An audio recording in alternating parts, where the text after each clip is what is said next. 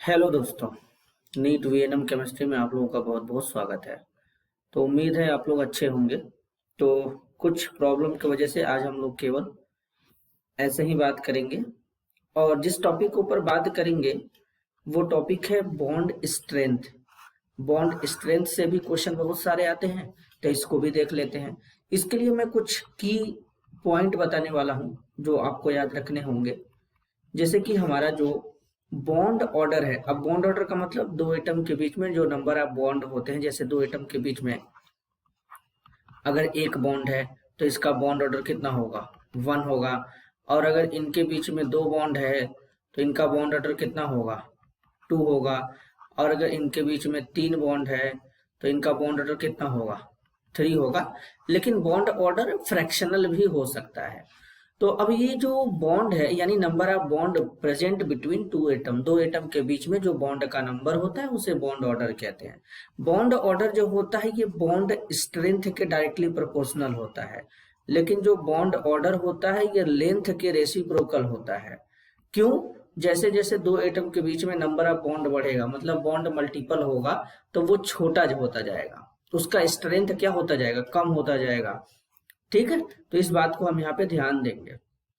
जिसको तोड़ने के लिए ऊर्जा ज्यादा चाहिए। अब सपोज जैसे हमारे पास है HI है, HBr है, HCl है, HF है। कल को एग्जाम में आता है क्वेश्चन, नीट में अगर कभी क्वेश्चन आया, कल को अगर आता है, बोलेगा करेक्ट ऑर्डर कौन सा है बॉन्ड लेंथ का, तो कैसे एक्सप्लेन करेंगे, मतलब कैसे हम पहचानेंगे यहाँ पे। तो देखिए ये हमारा क्या है, HI है, HBr है, HCl है, HF है। एक एटम तो सेम है कि सब में हाइड्रोजन है, सब में हाइड्रोजन है। लेकिन इसके बाद जो अटैच्ड एटम है, यहाँ पे फ्लोरीन है, यहाँ पे क्लोरीन है, यहाँ पे ब्रोमीन है, यहाँ पे आयोडीन है।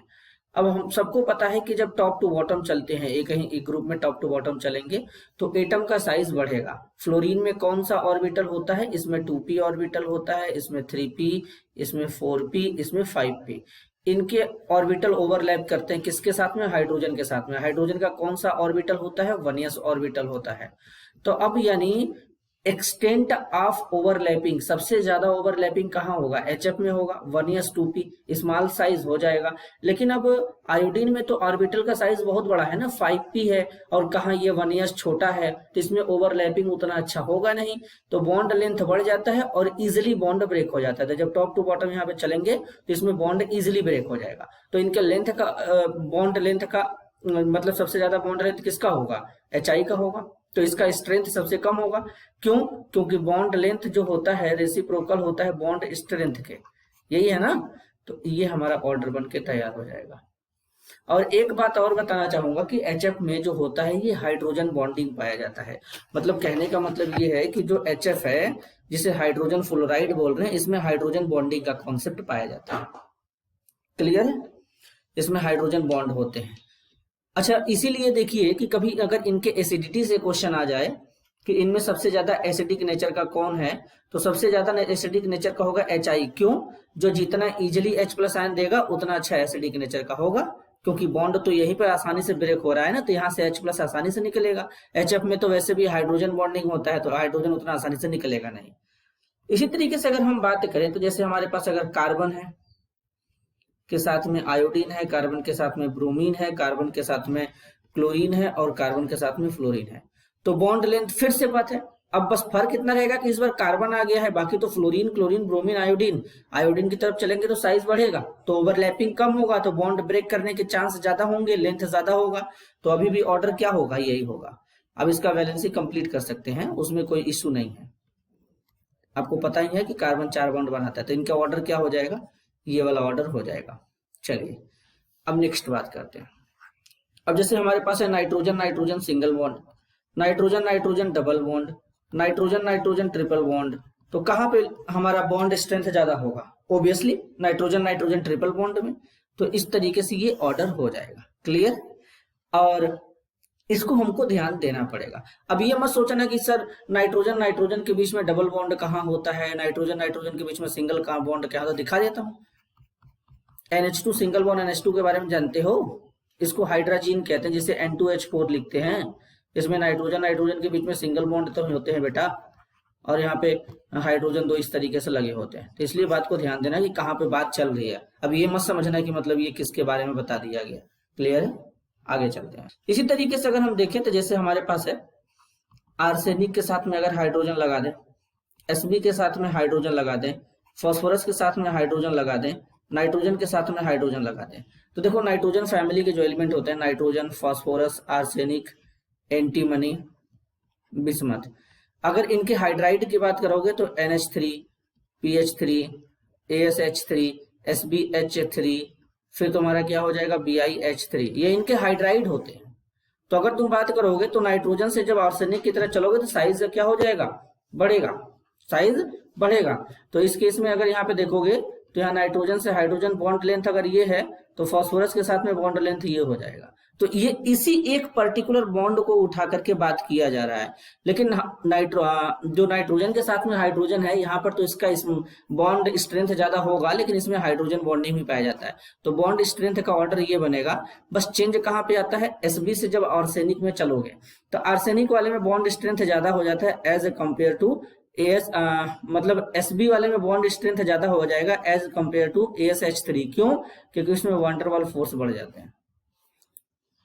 या फिर वांडरवाल छोड़ो, यहाँ पर थोड़ा सा क्या हो जाता है कि आयनिक कैरेक्टर वाला बात आ जाता है SbH3 में। क्लियर है? अब इसी तरीके से अगर तुम बात करो तो इसी तरीके से और भी हम ऑर्डर को समझ सकते हैं। जैसे हमारे पास है N2 2 minus, N2 minus, N2 plus N2। तो इनमें अगर तुम देखोगे तो सबसे ज्यादा बॉन्ड ऑर्डर किसका होगा, नाइट्रोजन का होगा। नाइट्रोजन के बीच में ट्रिपल बॉन्ड पाया जाता है, तो ब्रेक करने के लिए अमाउंट ऑफ एनर्जी ज्यादा चाहिए, तो बॉन्ड स्ट्रेंथ का ऑर्डर हमारा ये बनेगा। क्यों? बॉन्ड ऑर्डर जितना ज्यादा होगा बॉन्ड उतना छोटा होगा, इसलिए बॉन्ड ऑर्डर के डायरेक्टली प्रोपोर्शनल होता है बॉन्ड स्ट्रेंथ। इस बात को याद रखेंगे, हम नहीं भूलेंगे। क्लियर है? अब बाकी स्पीसीज में कैसे पता चलेगा, मैंने ऑर्डर एकदम सही बताया है। बाकी स्पीसीज में पता चलेगा कैसे सर, मॉलिक्यूलर ऑर्बिटल थ्योरी से इनका इलेक्ट्रॉनिक कॉन्फ़िगरेशन लिखो। बॉन्ड ऑर्डर कैलकुलेट करने का formula Nb minus Na/2, Nb number of bonding electron, Na number of anti bonding electron calculate करना। फिर जो बॉन्ड ऑर्डर का वैल्यू आएगा, अगर ज्यादा आएगा तो बॉन्ड स्ट्रेंथ भी ज्यादा होगा, कम आएगा तो बॉन्ड स्ट्रेंथ कम होगा। क्लियर है? और ऑर्डर यही आने वाला है। चलो आगे चलते हैं। अब जैसे हमारे पास है O2 2 minus, O2 minus, O2, फिर यहाँ पे O2 प्लस, O2 प्लस 2, तो इनके बॉन्ड स्ट्रेंथ का ऑर्डर ये बनेगा। क्लियर? कैसे पता चलेगा? मॉलिक्यूलर ऑर्बिटल थ्योरी से मैंने एक आइडिया दे दिया कि इनके ऑर्डर ये होंगे। अब इसी तरीके से अगर हम बात करें, जैसे हमारे पास है LiCl, sorry LiI, LiBr, LiCl, LiF। अब तो बताने की जरूरत नहीं है, तुम तो आराम से ऐसे ऑर्डर लगा लोगे, क्योंकि पता है लिथियम सबके साथ सेम ही है। तो बस चेक किसको करना है, fluorine, chlorine, bromine, iodine. Iodine का साइज बड़ा है, लेंथ ज्यादा हो गया। इसी तरीके से अगर तुम देखो, जैसे तुम्हारे पास CsCl है, CsCl है, फिर तुम्हारे पास है RbCl, KCl, NaCl। अब ये हमारे देखो मेटल है, मेटल नॉन मेटल आने लगे, तो ये हमारे आयनिक कंपाउंड के कैटेगरी में आएंगे। तो आयनिक कंपाउंड में आएंगे तब भी हम इनमें electrostatic force of attraction check करेंगे। अब जैसे क्लोरीन सब में सेम है, sodium, potassium, rubidium, caesium, top to bottom चलेंगे, एक ही ग्रुप के एलिमेंट होते हैं, sodium, potassium, rubidium, caesium, top to bottom चलेंगे। साइज बढ़ेगा, साइज बढ़ेगा तो यहाँ पर बेसिकली लेंथ कम हो जाएगा, तो ऑर्डर ये हो जाएगा। क्लियर है? अगर इसी तरीके से मान लो, जैसे हमारे पास है BaO, SRO, CaO, MgO। अब मैग्नीशियम, कैल्शियम, स्ट्रांसियम, बेरियम एक ही ग्रुप के एलिमेंट होते हैं, टॉप टू बॉटम चलेंगे, साइज बढ़ेगा, तो मतलब स्ट्रेंथ का ऑर्डर यही होगा, क्योंकि मैग्नीशियम का साइज स्मॉल होगा। नेक्स्ट चलते हैं 10वां। अब जैसे मान लो हमारे पास है F2 है, H2 है, O2 है, N2 है। तो देखो अब इनके हम बॉन्ड ऑर्डर के जरा समझते हैं, इनके बॉन्ड ऑर्डर को समझते हैं। फ्लोरीन, फ्लोरीन के बीच में सिंगल बॉन्ड, हाइड्रोजन, हाइड्रोजन के बीच में सिंगल बॉन्ड, ऑक्सीजन, ऑक्सीजन के बीच में डबल बॉन्ड, नाइट्रोजन, नाइट्रोजन के बीच में ट्रिपल बॉन्ड। अब तुम देखकर ही कहीं बता सकते हो कि सबसे ज्यादा बॉन्ड स्ट्रेंथ नाइट्रोजन का, इससे कम O2 का। अब बचा H2 और F2, इसमें H2 का ज्यादा होगा एज कंपेयर टू F2। ऐसा क्यों सर? क्योंकि फ्लोरीन के पास लोन पेयर पाए जाते हैं, स्मॉल साइज होता है, तो इसके लोन पेयर में क्या होता है, रिपल्सन होता है, इंटर इलेक्ट्रॉनिक रिपल्सन, जिसके कारण ये बॉन्ड टूटने के चांस बढ़ जाते हैं। क्लियर है, तो ये इनका ऑर्डर बनेगा। चलो नेक्स्ट, मान लो हमारे पास है यहां पे I2, F2, Br2, Cl2। अब इनके ऑर्डर की बात करते हैं, तो इनमें ये वाला ऑर्डर बनेगा, बॉन्ड स्ट्रेंथ का इंक्रीजिंग ऑर्डर। ऐसा क्यों सर, देखो क्लोरीन बॉन्ड ब्रेक करने के लिए एनर्जी बहुत ज्यादा चाहिए, क्लोरीन से बड़ा साइज किसका है, ब्रोमीन का, इजिली बॉन्ड ब्रेक हो जाएगा। ठीक है, अब आ गया फ्लोरीन। देखो फ्लोरीन में लेंथ कम होता था, ठीक है, कम होता है, लेकिन होता क्या है कि यहाँ पे लोन पेयर पाए जाते हैं। अब स्मॉल साइज के कारण अब यहाँ पे इंटर इलेक्ट्रॉनिक रिपल्सन हो जाता है, तो इसलिए इसका बॉन्ड लेंथ जो होता है घट जाता है। लेकिन आयोडीन से ज्यादा रहेगा, क्योंकि आयोडीन के तो भाई साहब साइज बहुत बड़ा है, तो बॉन्ड इजिली ब्रेक कर ही जाएगा। तो ये ऑर्डर बनेगा Cl2, Br2, F2, I2। Clear है। अब अगर हमारे पास है जैसे F के बीच में सिंगल है, ऑक्सीजन ऑक्सीजन के बीच में सिंगल है, नाइट्रोजन नाइट्रोजन के बीच में सिंगल है, कार्बन कार्बन के बीच में सिंगल है, हाइड्रोजन हाइड्रोजन के बीच में सिंगल है, तो ऑब्वियसली हाइड्रोजन का साइज एकदम स्मॉलर होता है, तो सबसे ज्यादा बॉन्ड लेंथ बॉन्ड स्ट्रेंथ इसी का होगा। फिर कार्बन का कम होगा, फिर नाइट्रोजन का, फिर ऑक्सीजन का, फ्लोरीन सबसे लास्ट में आएगा, क्योंकि लोन पेयर के कारण इंटर इलेक्ट्रॉनिक इसमें क्या हो जाएंगे, रिपल्सन हो जाएंगे, जबकि इसमें ऐसा नहीं होगा। अब ऑक्सीजन में तुम सोच रहे कि ऑक्सीजन ऑक्सीजन सिंगल कहाँ होता है, हाइड्रोजन पेरोक्साइड नहीं देखे हो क्या, हाइड्रोजन पेरोक्साइड में सिंगल होता है कि नहीं होता है, तो ये उन्हीं के रिस्पेक्ट में लिखा गया है, बात को ध्यान से समझना।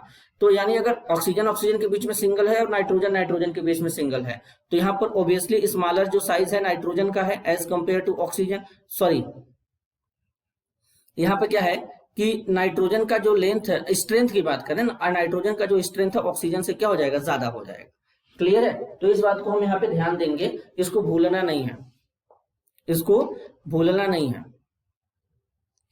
वैसे अगर तुम देखते अगर सिंगल एटम के साइज में जैसे कि हमारे पास अगर है, तुम्हारे पास बोरान है, कार्बन है, नाइट्रोजन है, ऑक्सीजन है, फ्लोरीन है, इस तरीके से चलते हैं, लेकिन यहाँ पे मॉलिक्यूल के फॉर्म में बात हो रही है, तो इस बात को तुम ध्यान देना। सबसे स्मॉलर साइज तो हाइड्रोजन का ही होता है, इसलिए इसका स्ट्रेंथ ज्यादा है। फिर इसके बाद कार्बन आएगा, nitrogen nitrogen, oxygen oxygen, fluorine सबसे लास्ट में रखेंगे क्योंकि इसमें इंटर इलेक्ट्रॉनिक रिपल्सन होते हैं। चलो अब इसके बाद अगर हम बात करें, जैसे हमारे पास है NaI, NaBr, NaCl, NaF, तो इसमें तुम क्या ऑर्डर लगाना चाहोगे, ऑब्वियसली सर यही लगाएंगे, सोडियम सेम है, fluorine chlorine bromine iodine, size बढ़ रहा है आयोडीन का, तो स्ट्रेंथ भी क्या हो जाएगा, घट जाएगा।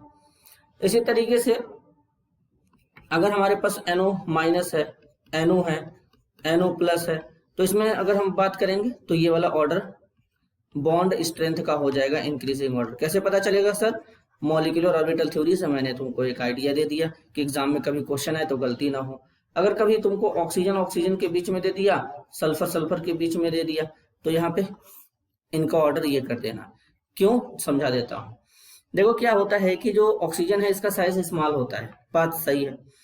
अब ऐसे तो देखोगे ऑक्सीजन है फिर सल्फर है, ऑक्सीजन के नीचे सल्फर आता है, लेकिन फिर भी सल्फर का जो यहाँ पे स्ट्रेंथ ज्यादा हो गया, यहाँ पे सिग्मा बॉन्ड एग्जिस्ट करेगा या क्राउन शेप में एग्जिस्ट करता है। बेटा ये ध्यान देना, सल्फर सल्फर सिंगल होता है, ऑक्सीजन में पाई बॉन्ड आ जाता है।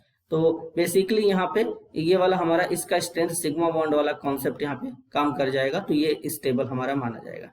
लेकिन एक बात ध्यान देना, S2 जो होता है ये बहुत ही अनस्टेबल होता है, S2 जो होता है। अब यहाँ पे जो SS की बात किया जा रहा है, मतलब इसके आजू बाजू में एटम्स हमारे ग्रुप्स होंगे, इस बात को तुमको ध्यान देना पड़ेगा। तो ये यहाँ पे ऑर्डर बन जाएगा। तो इस तरीके से अगर हम बात करें तो ये हमारे बॉन्ड स्ट्रेंथ का ऑर्डर था। कुछ कुछ कॉन्सेप्ट मैंने एक्सप्लेन करने की कोशिश किया, क्यों, और कुछ कुछ में जैसे मतलब क्या है कि मैंने इस ऐसे ही क्वेश्चन क्यों उठाए, क्योंकि यहाँ पे ऐसे है कि जहाँ पे ऐसे बहुत सारे हैं जहाँ पे कोई कॉन्सेप्ट काम नहीं कर पाते हैं। जैसे देखो ये ऑक्सीजन है सल्फर वाले में, तो इस केस में तुमको ध्यान देना पड़ेगा, चीजें याद रखनी पड़ती हैं।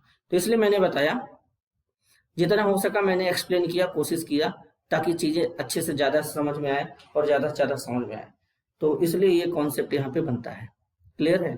तो आज के लिए बस इतना ही, मिलते हैं अगले वीडियो में, तब तक के लिए धन्यवाद, नमस्कार।